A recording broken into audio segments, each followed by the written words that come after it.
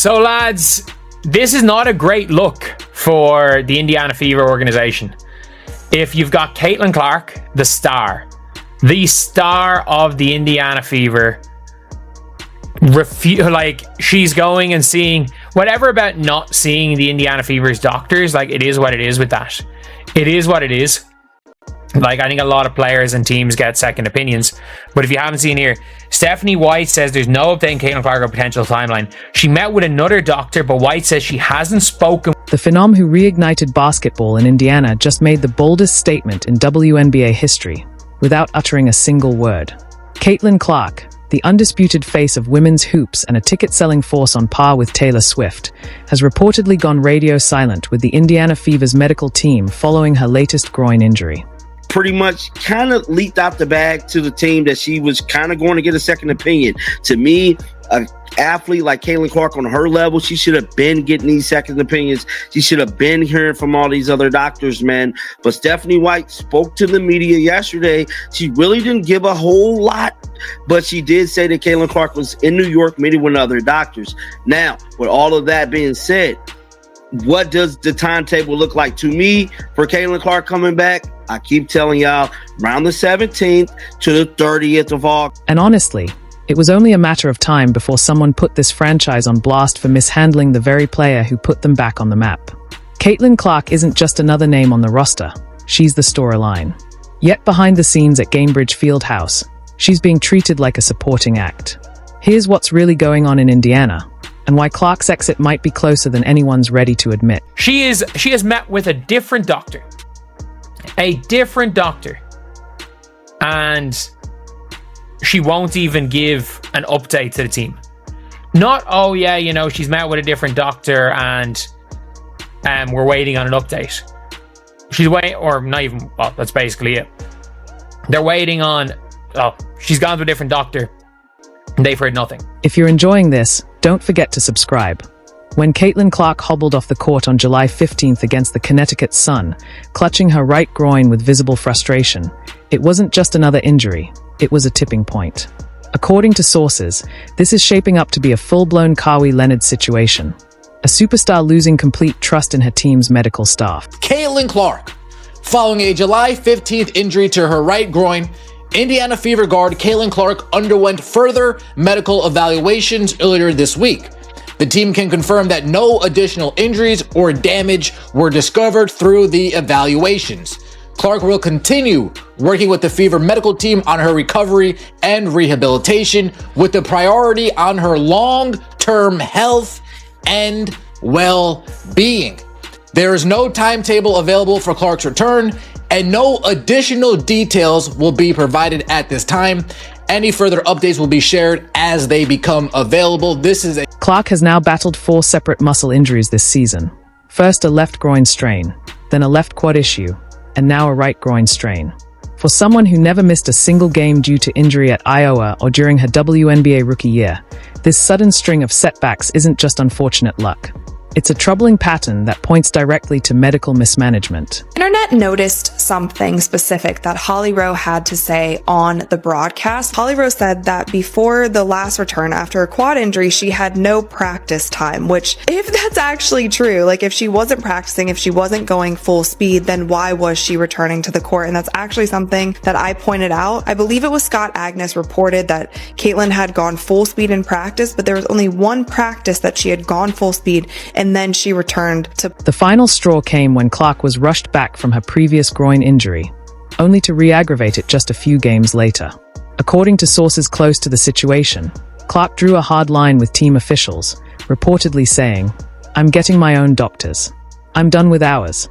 She's since consulted independent physicians and is now refusing to share any updates with the Fever's training staff. Clark's team has made it known we are going to be holding her out until she is fully recovered. We are not going to be rushing her back at all. After taking Indiana Fever's advice, eventually Caitlin Clark needs to take matters into her own hands, make decisions for herself, and I believe that's what we are seeing with the team that she now has surrounded. Let's break down the facts the Indiana Fever would rather keep under wraps. Caitlin Clark's injury timeline reads like a medical case study in mismanagement. May the 3rd. Held out of the exhibition opener with left leg soreness. May the 26th. Missed the first official game of her pro career due to a left quad strain, June. Sat out 5 games with a left groin injury, July the 15th. Injured her right groin in the closing minutes against the Connecticut Sun, July the 24th. The Fever announced there's no timetable for her return and refused to provide further details. That's 11 regular season games gone, plus the Commissioner's Cup final. Nearly half a season wiped out by recurring soft tissue injuries that, with proper conditioning and competent medical oversight, should have been preventable. We're speculating that Caitlin Clark injury could be much worse than expected.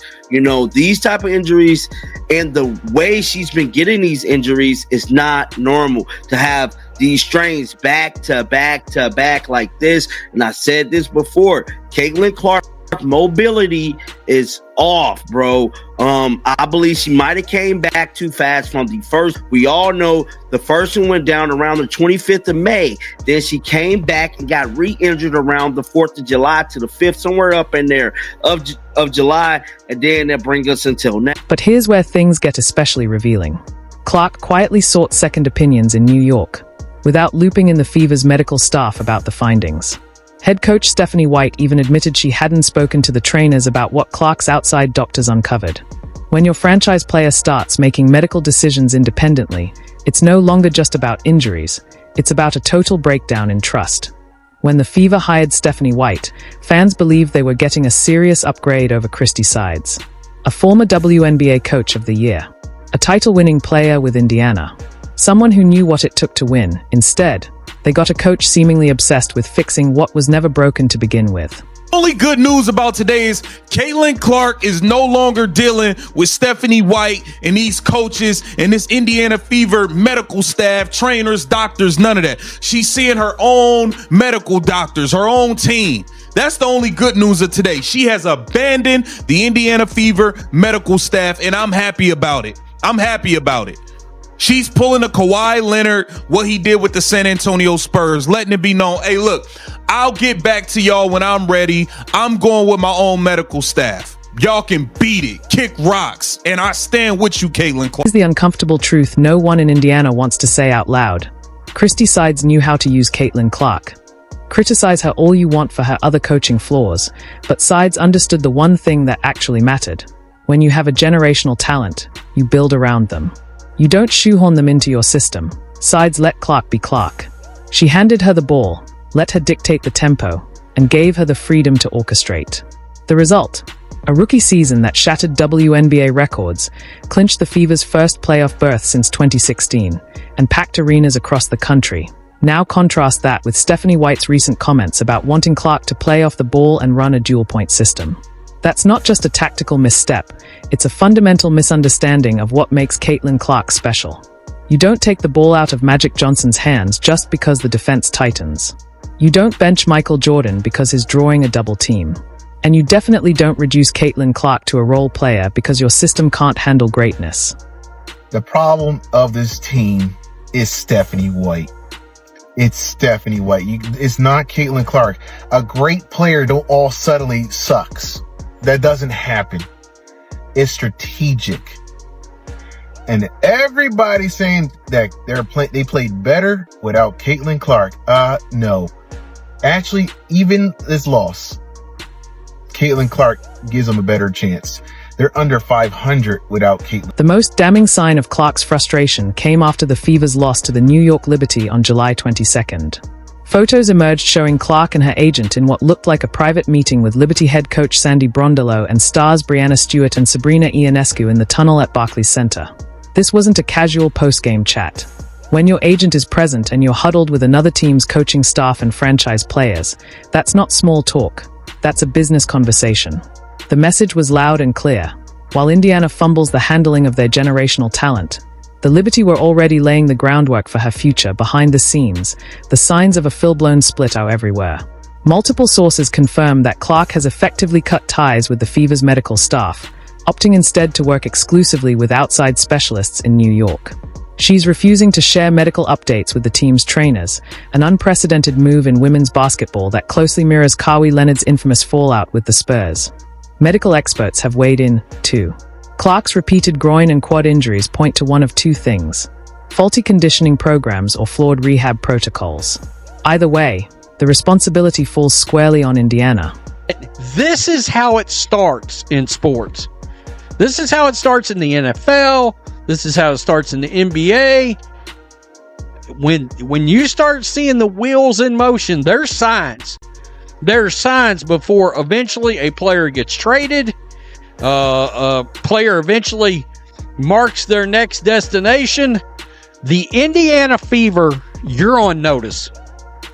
You're on notice. You better recognize what you've got going on, the asset in front of you, and you do whatever you have to do to correct what is happening.